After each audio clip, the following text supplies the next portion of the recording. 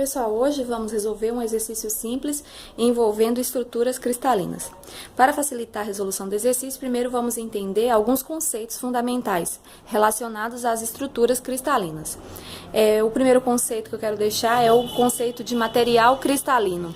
É um material no qual os átomos estão posicionados em um arranjo periódico, ou seja, a disposição dos átomos é repetida ao longo da estrutura do material.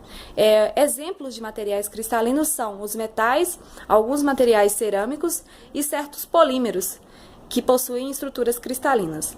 Outro conceito interessante é o conceito de célula unitária, que é o menor pedaço de uma estrutura cristalina que se repete ao longo da rede cristalina. Uma célula unitária normalmente é adotada para representar a estrutura cristalina de um material.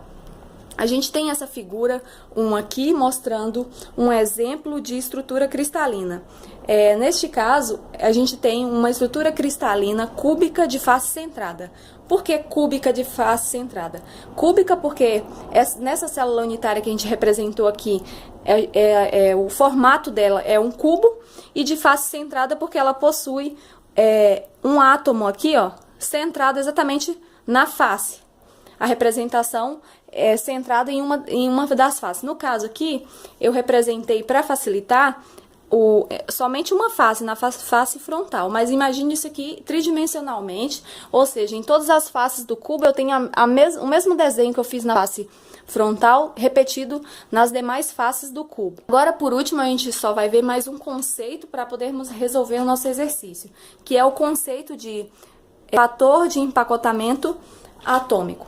Antes de ver o conceito de fator de empacotamento atômico, eu gostaria de dizer para vocês que na literatura a gente encontra 3 tipos de estruturas cristalinas, que são estrutura cristalina cúbica de face centrada, que é essa, a estrutura cristalina cúbica de corpo centrado e outra estrutura cristalina hexagonal compacta.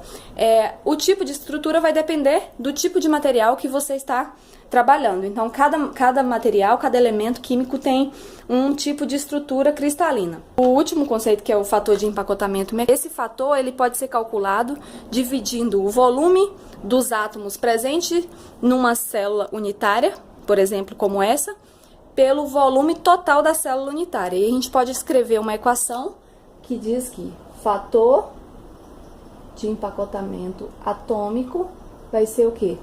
Volume dos átomos dividido pelo volume da célula.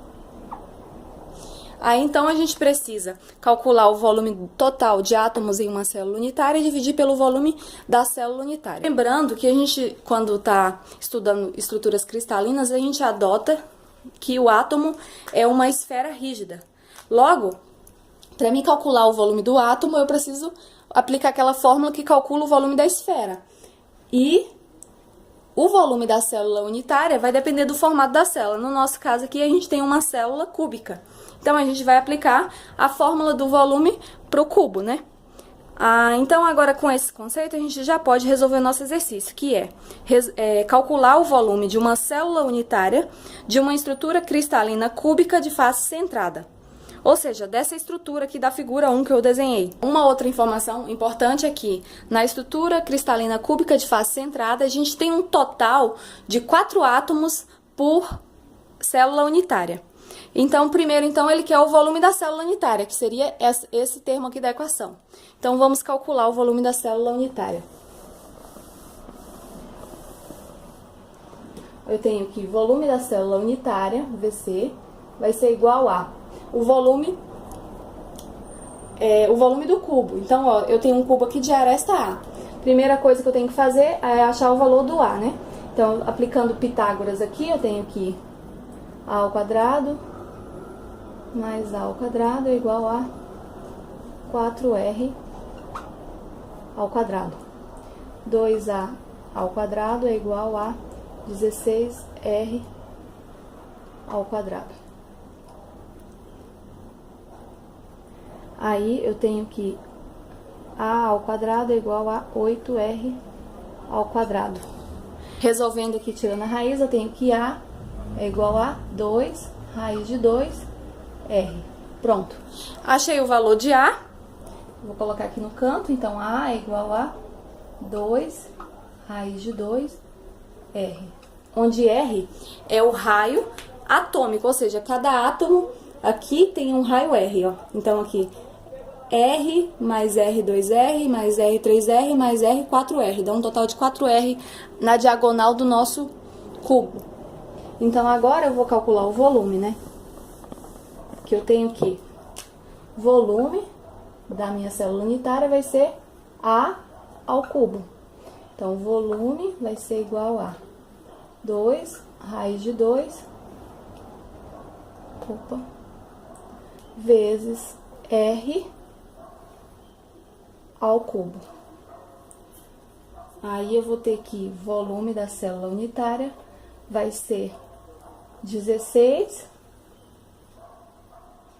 que multiplica raiz de 2, R ao cubo. Então, esse é o resultado do nosso exercício. Agora, se a gente quisesse calcular o fator de empacotamento atômico, o que a gente deve fazer? Simplesmente, a gente já tem o volume da célula unitária, a gente só precisa calcular o volume dos átomos contidos na célula, que é o outro termo da equação.